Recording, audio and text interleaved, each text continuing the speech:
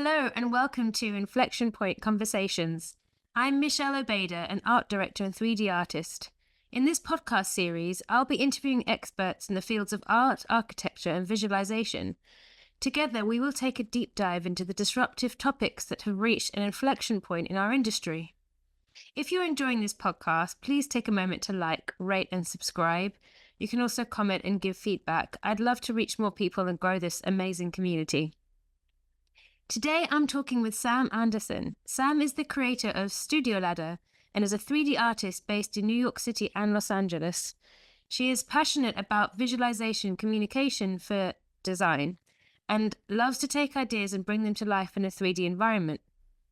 Sam was a senior technical marketing manager at Epic Games, where she produced new release content for Unreal Engine and Twinmotion, as well as educational content for conferences and online tutorials. Before that, Sam was a visualization specialist at Shop Architects, where she focused on research and development, promoting the use of real-time technology to improve design processes. She studied architecture in Austin, Texas, and in Paris. Welcome, Sam.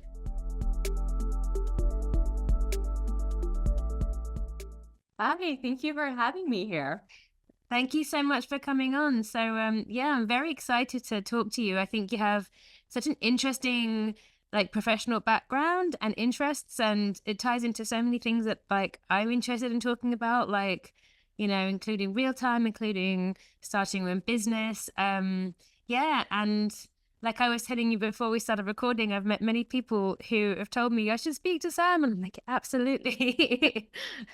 Oh, well, I am honored. I feel so happy to be a part of this community. I feel like there is such a central space right now that happens with real-time rendering between architecture as well as many other industries. And so I've loved meeting different people within all of those different industries. And so so honored to be here with you and to kind of get to know and meet all of these people in the community. Brilliant. Yeah, for sure. So you studied architecture in Austin, Texas, and in Paris. What got you interested in architecture in the first place? Yeah, this is something that I reflect on a lot since it's something that I'm not actually doing full time, practicing architecture. But I've always been interested in, the creative side of my brain, I guess you can say. My mom was always very crafty. That side of the family is very artistic. And growing up, I was doing a lot of, craft making, arts and crafts. And I was always also very interested in math. So that was something that I excelled in. I was very good at it.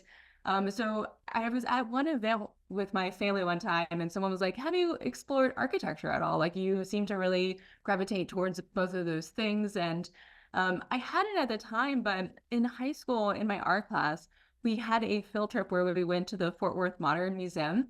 And it was the first time I had ever been in a building that was, I guess, like a modern architectural building where you walk in and you really get a sense of how someone designed this space as you are moving through it. Like there's these like very tall proportional spaces moving through it. And it just blew my mind. I was like, what is this building? I, haven't had much of experiences in different types of buildings, I guess. And it blew my mind so that I went to UT Austin to study architecture and pursue that.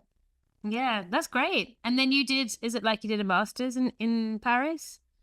No, that was a study abroad program. So I did a semester in Paris, and that was also, I hadn't traveled very much at all growing up, and so being able to have exposure to different cultures and a different lifestyle and different architecture was something that was very eye-opening to me. And I think it's funny, I feel like I don't reflect on this very much, but I guess kind of getting exposure to some of that stuff, I feel like helped me be adaptable in many ways because, Yeah. as you start to travel and going out of the country for the first time, you realize that there's a lot of different ways to do one thing. There's architecture, there's a lot of different ways to build buildings, and kind of getting exposure to all of those different ways was something I think that was very eye-opening to me. And I think that now in my career, in my life, I try to be very adaptable, open to new things, open to different industries, open to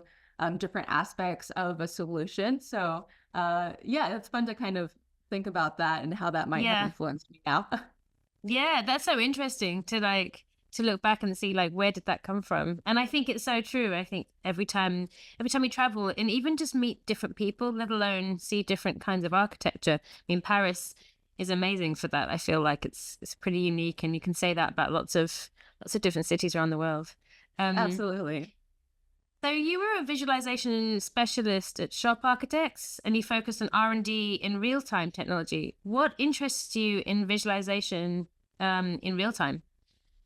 Yeah, so I mean, if Shop had such a great crew there, the partners there are very interested in pushing the boundaries of architectural delivery, and they get a lot of inspiration from other industries such as transportation, and they were always very encouraging of kind of understanding how other industries are solving problems.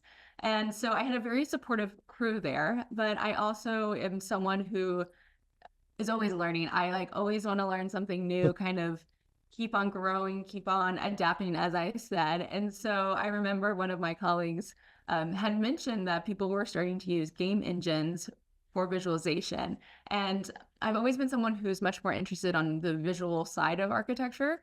And so Mhm. once I saw that there is this interesting new way of replicating design and being able to showcase design in a different way, I found it super interesting and wanted to like learn exactly how it all worked. And it was complicated at that time. The things are getting much easier now, but being able to dive in and kind of learn how to package buildings and models and geometry and be able to understand how does a shader work, and like how does one visualize and like look at materials in this different type of software was super fun for me, and very interesting to dive in, and encouraged me to like actually understand how GPU and CPU work, like very Mm.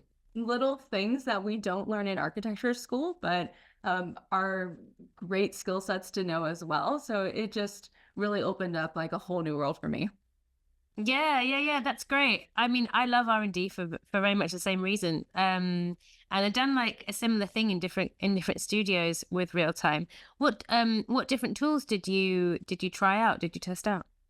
Yeah, yeah. So I was using Unity for a bit. So we were really exploring Unity for both creating applications, but also creating immersive experiences. So whether it's mobile, something that you can have on your phone. So I did a lot of the optimization and kind of packaging models and projects and bringing them into an application, whether it was used for marketing purposes or for construction development. So that one Mm. was something that was really interesting to me. And then I was also working in Unreal Engine creating virtual reality experiences. And so that one was one that I really did love because I got to focus on more of like the graphics of like what does that look like, and being able to play around with cameras inside of the game engine. So yeah, both are great. Both have their kind of solutions, or um, I guess they have their own ways of using them. So like you may use one for one thing and then may use Unreal Engine for something else. And so I thought it was really wonderful that I had the opportunity to kind of explore both of those and learn more about when one would use one versus the other. Yeah, yeah. And then after that, you were a senior technical marketing manager at Epic Games. How did you get into that? Tell me a bit Oh, about that. yeah, I know it's like wild transition. I thought it felt wild at the time and bittersweet because I did love shop. Um had the opportunity to speak at a conference for Unreal Engine and kind of showcase some of the stuff that we're working on. And it really introduced me to the Epic ecosystem and the world with Epic. And the role of technical marketing is something that I had never heard of. I feel like Yeah, it still can be kind of like like what is technical marketing, which is yeah, something that I think a lot of people, might ask. And it can be a niche thing, but it's something that's really important. So it is essentially taking a product and being able to technically market it. So being able to teach others about it, being able to show it in a beautiful way. And I actually think that it's similar to architectural visualization because there is this idea of visual communications. Like, how are you representing a design? You're choosing to represent a building in your design using renderings or animations or videos. So technical marketing is practically doing the same thing. It's taking a product and being able to showcase that product. So whether it's, a specific tool, a real life thing. In this case, it was Unreal Engine and Twinmotion. So it's funny that I transitioned into that space, but essentially it is all about visual communication. Mm. And it taught me so many different things. There were different aspects of thinking about composition in different ways, because it's not just a beautiful visual on the screen, but it's also how do you represent the UI in a beautiful way? Like, how do you move your cursor across the page in a way that people can relate to and understand? So it's a different way of thinking about visuals, but you still need to be able to produce beautiful visuals. And I remember my boss at Epic was always like, every single screen you should take as an art piece. It's a Yeah. blank canvas. Like, really truly think, like, as you are doing a screenshot, how does that become a beautiful artwork? Even though it's all subjective of like what is art, but it truly was a fun way of thinking about how do we represent products, and whether it's a design or an actual piece of technology. And so kind Yeah. of thinking in that framework was so fun, because then you get to really play with composition on a screenshot. Yeah, yeah, yeah, for sure. I can see that. Did you have to learn all the different, because I know that, Epic Games has a bunch of different products. So do you have to learn them? I mean, did you get the chance, I guess, if you really like R&D, it's more like, did you get the opportunity to learn them in depth to be able to market them? Yeah, absolutely. It was definitely something I was nervous about going into it, because I had a certain level of knowledge of the product itself. And then for each release, so essentially I created a lot of the marketing material for each release. So I would get a build with the latest release. I would have to learn it on my own, playing around with it, troubleshooting, which is sometimes was could be a big headache at times, because there's no resources yet on how it works. Like, Hmm. the documentation is being written at the same time, but I had access to the developers. I was able to ask questions for the developers of, hey, how is this supposed to, like, how Yeah. do we want to best represent this? So it was very much always learning, because it's always like with each new release, I gotta learn it quick, and I gotta be able to produce it and being able to didact the information so that I can share it with others who are not as familiar with the technology. So that was also kind of an interesting transition of information and knowledge. But yeah, it allowed me to explore photogrammetry. So there's Oh, the cool. capturing reality portion of Epic Games, and there's like a reality scan. So being able to scan elements in the real world and then bring them into the 3D space, which I Yeah. found that I truly am fascinated by. So I wasn't very familiar with that before Epic. And then I got exposure to that while there, because I got to kind of use those tools and be able to explore those tools. And it's such a fascinating field, and it's so expansive. Like, Epic has a Yeah. lot of tools, and it's really fun to dive into all the different aspects. Like, even Quixel's another part of the Epic ecosystem, and Hmm. that's using some photogrammetry and creating these assets. And there's just so many different parts of this world that one can dive into. So it's fun to kind of get that full glimpse of everything, and then Yeah. understand what things you're good at and like to do. Yeah, yeah, yeah. I think it's amazing. As someone who uses, I use real-time technology in ArcViz, and often testing out, different tools and stuff. I imagine it being amazing to have all of the developers at your fingertips to ask, because that's like you're straight to the source. um, so you're very like, I can see you're very enthusiastic when you talk about these, like when you talk about the products, for example. Like, I was going to ask you, what do you enjoy about the marketing aspect? I can see you're very good at it, because like I'm already excited when I hear you talk about it. The marketing side is something that I think marketing gets a bad rap sometimes, and It's I mean, maybe it just is depending on different parts of the marketing space and marketing field, Yeah. but I really loved learning more about marketing. I think going back to the idea of visual communication, even when I was in school, I don't remember if you have an architecture background, and apologize for if like I'm saying things that you're like, I have no idea what she's talking about. But Go for in it. school, we would do, architectural design, and then we would get up in front of a group and present the design. And you could have the best project in the world, but if you did not know how to talk about your project and present your project, then you would not do very well in that moment. And I think that goes into the real world as well, as if as designers are creating these products, if you can't pitch it to a client, or if you can't share that with a client or with the community or with the city, it's not going to actually be built. So in my mind, the marketing part of that is so important, and to be able to eloquently represent not only you, but also your design, and be able to talk about it and show it in a beautiful way or a very effective way. So I think that this is something that I always had in the back of my mind, but didn't fully quite understand. Like, oh, Sam, that is called marketing. That is what Mm, that is.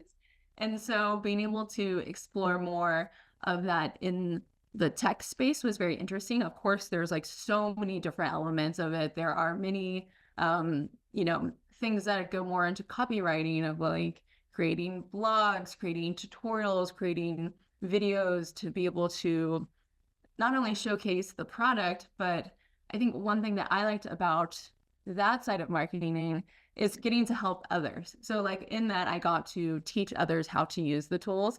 And that was something that was very special to me, to actually have sort of, I guess, an impact on someone, because I know in our jobs, we don't always have time for that research and development. I feel mm. like I've been very lucky to be at spaces that encourage research and development.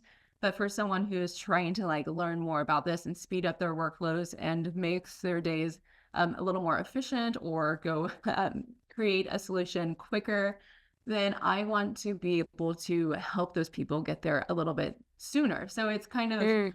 that was a positive side for me for the marketing, is that being able to share this product that I do feel real-time rendering in general does help workflows and make things more efficient. So it's been such a pleasure to be able to meet people and be able to help I guess push their skills to the next level Yeah. for how they can market their own projects Yeah. or themselves.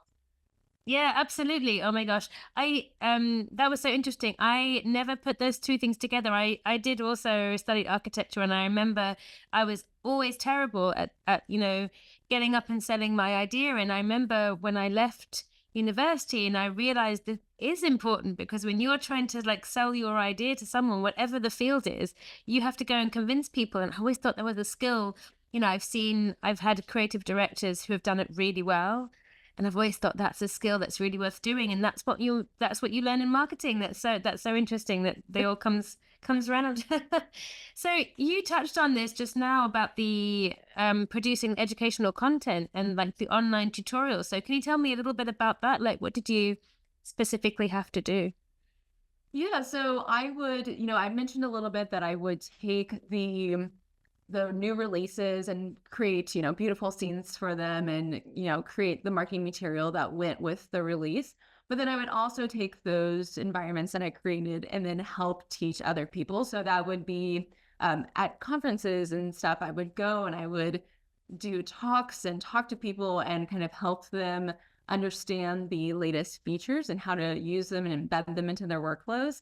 But it also meant that I was creating videos for Unreal Engine's YouTube. So that way Hmm. people, it's a little more accessible, but you don't have to go Yeah, to a conference to learn the product. And I know that it can be expensive to learn new things sometimes, like if you're going to like a school to learn it. So that was something that was really great that I got to work on, was that I got to put out these videos that were, on the Unreal Engine YouTube page. And then I think that is such a great way of learning. So like Yeah. I learned Unreal Engine, I think you as well, of just you sit down and learn it. There wasn't All the no and yeah, videos, that they're invaluable, all the right? videos. Yeah. And so, Yeah. and everyone has their own way of learning. So like some people love documentation and like tutorial, like I'm step by step stuff. Some people like the video aspect where you can actually follow along, hit pause, understand like what's the end result, where are you starting, and like kind of be able to kind of go back and forth as needed.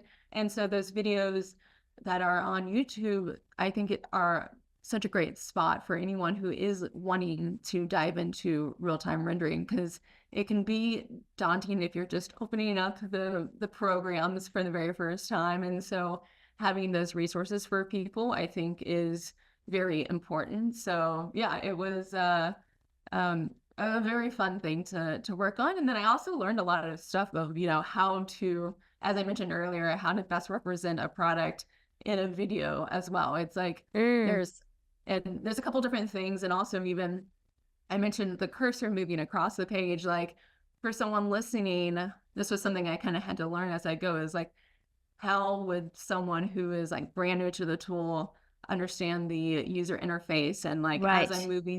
as I'm like walking them through the tutorial, how can I lead them to help follow me as well? Of like, I'm going up to the right hand side of the screen to do XYZ. And so it I was see. a different skill set than I've Yeah. explored in the past, but it was, as I mentioned, I'm down to learn anything. And so it was like, hey, I'm excited to Yeah. explore this. Yeah, yeah, yeah. I know what you mean. I think, so Unreal Engine, there's I think there's quite a steep learning curve because it's so robust, like there's so much you can do. And sometimes I think once you learn all those tools, it's you have to remind yourself when you're showing someone else they haven't used this before, they don't know where everything is. It's the user interface isn't like other that it's unique. But then, for example, recently I've been learning Twinmotion, and I can see like, oh yeah, I see why it's being packaged in such a way that's sort of easier and like a much quicker learning experience. And I that must have been deliberate. So yeah, that's kind of been thought through. Yeah. Yeah, and even for like any of the listeners, it's funny because like we can say these lingos in these in the products, but yeah, so Twinmotion is a part of the Epic ecosystem as well, and it packages up the real-time rendering in a way that's much more user-friendly, intuitive, easy to use. And so it's a great candidate for anyone who is very, I guess, daunted by kind of the robust Unreal Engine, or for someone who just doesn't have time. I really recommend it for like people who are doing competitions and like they need something quick. Yeah. Twinmotion is going to be great for that. So I'm happy that you're learning that and exploring it, just because I think sometimes people, the technical people who are very deep into some of the more intense tools such as Unity and Unreal, forget that like, hey, sometimes there's a use case for this kind of like very simple solution, Yeah. and it might just be easier to like dive back into there, even though you have the great experience in Unreal Engine. But sometimes it's okay to go back to the like a little For bit sure. Yeah. simpler times. Because when you work in a studio where you work or you work in a practice, you having the knowledge of this, complicated software isn't all that useful if you're the only one who knows it, I've discovered. And it's different if you're the only one who's producing the visuals. But if you have to get your whole team to learn how to use it, that takes time. That takes the time that I found many studios can't invest in. And so having simpler products and easier products that more people can use is actually invaluable. And I never understood that until recently. And I've got, oh, I see. Like it's okay to like simplify this. And it's actually better if more people get to use it, then I get to use it more, Um, Yeah, yeah, it's funny. I think it's the like the accessibility that's of it. Twinmotion that makes it True. really easy, and I think it gives more people authorship to be able to be able to jump in and showcase something. So it's been fun to see that expertise, that is kind of the in between of like the between the Unreal Engine, but True. they're familiar with 3D modeling and stuff like that. So like, how do you get something in between? And I think it really opens up a lot of doors for designers to be able to visualize something and work, like you said, to work Mm. together to be able to have similar experience and expression of design and ideas. Yeah, and everyone can get to use real time, which I mean, I always feel like I have a background in architecture, and then I worked in video games, and so when I got to visualization, architectural visualization, I thought this makes perfect sense, and the tools were sort of were getting there, but it was like, why aren't we doing this like a game? This makes so much more sense to understand the space. So I'd Yes, love to talk to absolutely. you. Last year, you started a visualization studio called Studio Ladder. So congratulations on that. Tell me about Studio Ladder. What do you do? What do you offer? Yeah, so the Studio Ladder offers training, technical marketing, and then 3D artist work as well. So some of the elements that I have chatted with you about. So how does one present a product or a design? I'm essentially doing that for others and kind of helping others connect those dots within marketing. I've found that we are in a space where there's a lot of technology that's moving forward, but there's also kind of a need to understand how traditional workflows work. Mhm. And I have found that I can kind of help fit into those situations or those products or the businesses or companies that are looking to kind of have someone who can communicate and talk about these things, and also do them in a beautiful way graphically. And so that's kind of my goal, is to be able to assist different companies and businesses doing that. But then I also do training. I've worked with a lot of visualization studios to help upskill some of their employees, as well as doing like project audits. It can be hard to stay on top of the latest features. So I really love being able to, take a project from a visualization studio and let them know like, hey, like this is great, this is working great, but you might want to be, using nanite in this way or using lumen in this way, or like you have, a setting that's like not, that doesn't seem to quite be working with the graphics card that you're using. So coming in and helping people kind of understand the best way to use Unreal Engine or Twinmotion for their needs and workflows. And then also just like the 3D artist aspect as well. So this is something I've been doing for Yeah, many, many years. And so being able to help people visualize their products. I mean, just like very many yeah, other visualization studios, that's something that's always very fun for me to be able to do to help bring those ideas to life. yeah. I mean, that's a great range of services as well. I feel like it also must be keep it interesting for you to have variety. What made you want to start your own business?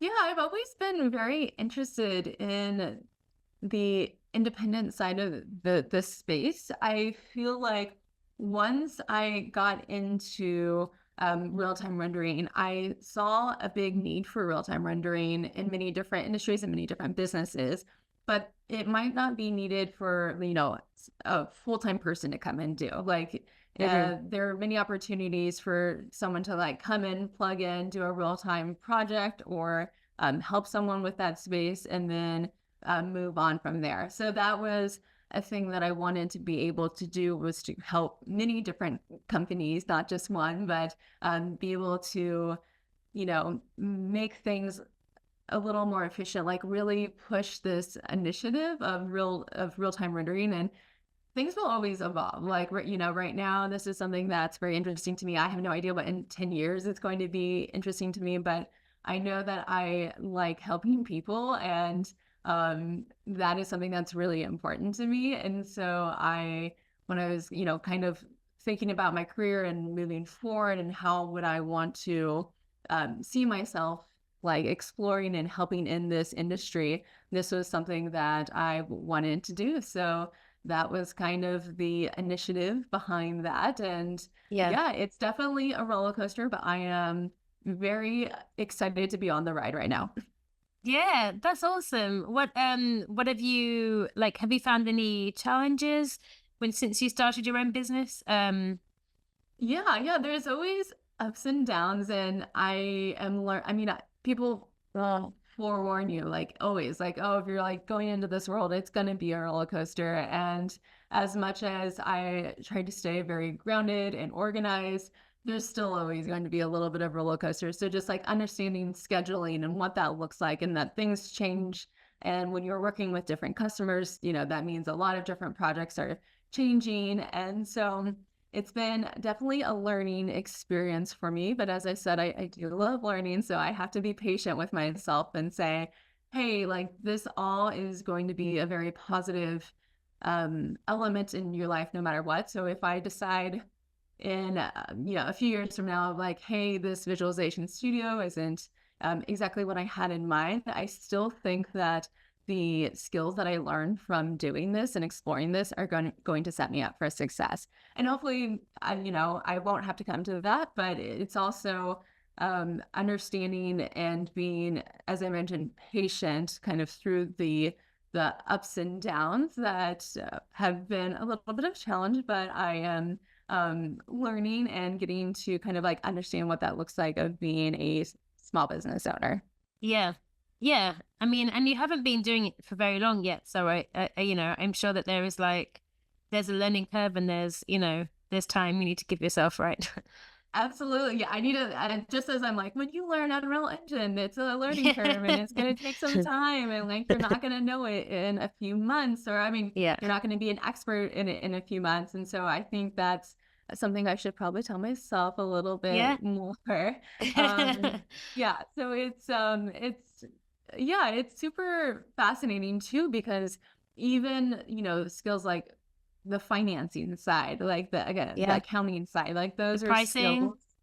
Yeah, pricing. Yeah, those are like very difficult things that you have to really you're forced to explore and push on. And if you work at a larger company and you are an employee, then you can rely on others within the business to kind of be able to take some of those things, or what you're good at, you can pass something off to someone else. And so Yeah. that's something, starting a business is you're going to have to dive into a lot of those aspects that you might not love, but Yeah. that's also been something that I'm learning of, like, what are the things that I'm good at, and then what are the things that I'm not so great at. But there's different ways of kind of like using my skills, and kind of understanding that is something that I think is a good learning experience as well. Yeah. And what's your experience been so far of, building a client base? How have you found that? Yeah, no, it's been super interesting because, of course, like, as you're diving in, you might have some, potential clients, or you may already have some clients. And it's been something that I've been working on, but I definitely have seen that, how does one market oneself as well? So Yeah. using like social media as a way of being able to reach new people. And I love that I got to meet you through some of these. I mean, we have very many mutual people People in in our common. lives, Yeah. and we probably would have met in real life in New York at some point. But what's super cool about the different outlets of social media is that you are able to connect with people that you may not in the past. So Yep. I actually met a couple last night who met and are married, and they met online, but it was before the online dating apps. But they met through Flickr, if you remember Flickr, the Oh, like I do remember the Flickr. yeah. And so they were in Switzerland, they lived in different parts, but they connected through, online. And I think Wow. that's so lovely that, applying that idea to this side of business as well, of like, hey, there's Mm. all these wonderful people out there who are looking for talent, and, they may not be in my immediate physical circle, but really relying on the internet, of course, to be able to reach out and meet those people. And as I said, I like even helping people find, you know, jobs and pairing people with something that is really interesting to me as well. And so I think that is something that's great for kind of developing, uh, the business development side and Yeah. getting projects and clients, is being able to say yes to people, meeting people. And Yep. everyone has a story. Everyone is looking to finish a project, or do something interesting. And so really just saying yes to a lot of different opportunities and meeting a lot of different people and getting to know people. And one of the things, not only just saying yes to see if it's like a potential lead, but also truly understanding like what's their skill set, what's their need, how like it can I help them do this? If not, how can I find someone to help them do it? And I Yeah. think that is something that is crucial to help kind of move a lot of these initiatives and projects forward, is truly pairing and connecting people. And then when the time is right for when they need my expertise, then it will be there and I will be able to help them. And I've had, that experience where now I can, I wasn't good for one part of the project where like that's not my expertise, but in the future I can help with more of the graphics and the visual side instead of the coding side or the blueprints. And Yeah. being able to kind of nail down those projects at that time means that I can be more successful or deliver a more successful project in the end. Yeah. Yeah. That's great. And I think you're really great at connection. I mean, that's, I told you when I saw that you'd started Studio Ladder and I hadn't met you, I think like three or four different people who I knew were sort of writing about that on LinkedIn. And I was like, wow, this, we have so many people in common. That's great. um, And I mean, I will say I've been in various studios where we're trying to do R&D and push a new technology forward, and particularly real time, particularly like Unreal Engine. And there was such a great need for someone who can basically come in as a sort of consultant, which I guess is part of what Studio Ladder's for. So I think I'm going to put the link out there, and I hope everyone who is learning and wants a little boost, you're like absolutely the perfect person to come and help. I would love that. And also I love meeting people as well. So even, yeah, anyone who just wants to reach out and kind of um, just connect in any way, whether it's as a friend or just someone in the community, I'm happy to jump on a call.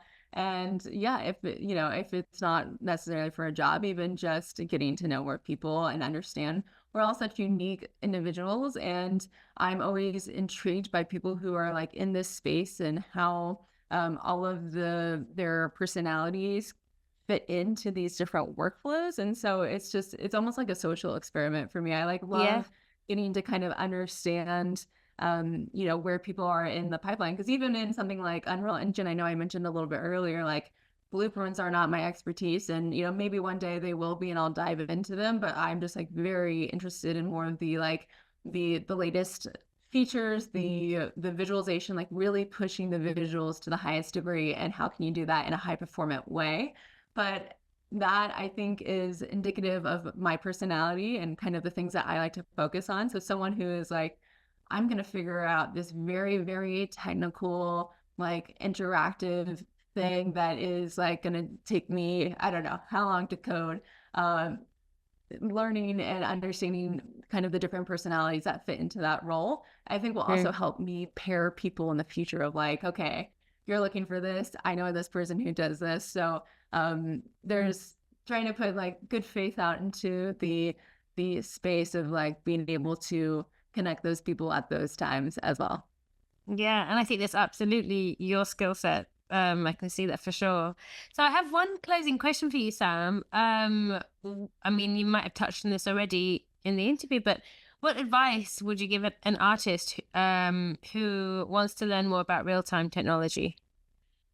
Yeah, so there are some resources out there. And before anyone dives in, I want to say that you should feel very confident about your skills and your learning skills as you're diving into learning something new. It can sometimes feel very daunting.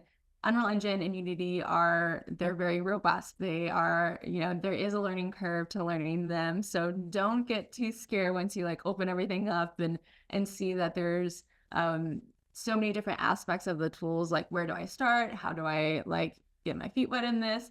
So honestly, if this is something that you're like, I've heard a lot about real-time rendering, I don't fully understand it, I like want to like explore it a little bit, then Twinmotion is a great kind of first stepping stone for that. So you can go online, the Unreal Engine YouTube tutorials, and there's Twinmotion tutorials as well.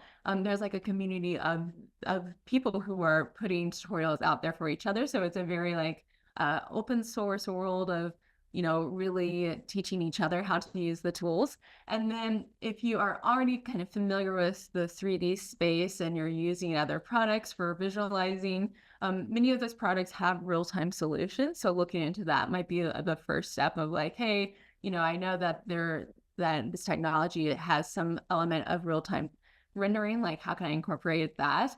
But then, yeah, beyond that, once you get into Unreal Engine, if you are feeling overwhelmed at all, feel free to reach out to me as well. I can point you to the direction of, hey, are you someone in fashion? How can I help? You know, what is the best video for you for as someone who's in fashion to kind of like dive in? If you are in automotive, you know, these are the best videos for you. And so there's definitely a big world out there of resources. So kind of taking a moment to be confident in your skills. So like how, you know, you've gotten to where you're at because you learned all of these programs so far, or if you're not really into the 3D space, then you've used other skills to get here. What are those skills that you have in the past that got you to where you are? And then how can you apply that to learning the real-time technology? So whether it's documentation, as I mentioned, like some of the more written word tutorial experiences, or is it the video, or is it creating a project for yourself? So it's saying like, I want to visualize my house here. Like I want to visualize what the space looks like, and having a project for oneself to be like, okay, I'm going to bring that in and explore it and try to build something. Sometimes having a end result can be helpful as opposed to a blank canvas. Yeah, that's great. I think that's really great advice, and I totally agree. And I also think everyone should get in touch with Sam if you have any questions. And I'm going to put your link up here too on YouTube. So thank you so much for joining. It's been a fantastic conversation. I feel like I could keep going I know, and ask you more stuff. Yeah, I'm so appreciative of you and of having me on here, and just for you to be kind of exploring this world and asking, you know, getting to ask so many different questions for all of these people who are kind of diving into this space in many different levels. Like as I mentioned, like this is a very big space of like the visualization world and technology. And so thank you for taking your time to do this as well. So I'm super appreciative to be here. Yeah, great. Thanks, Sam.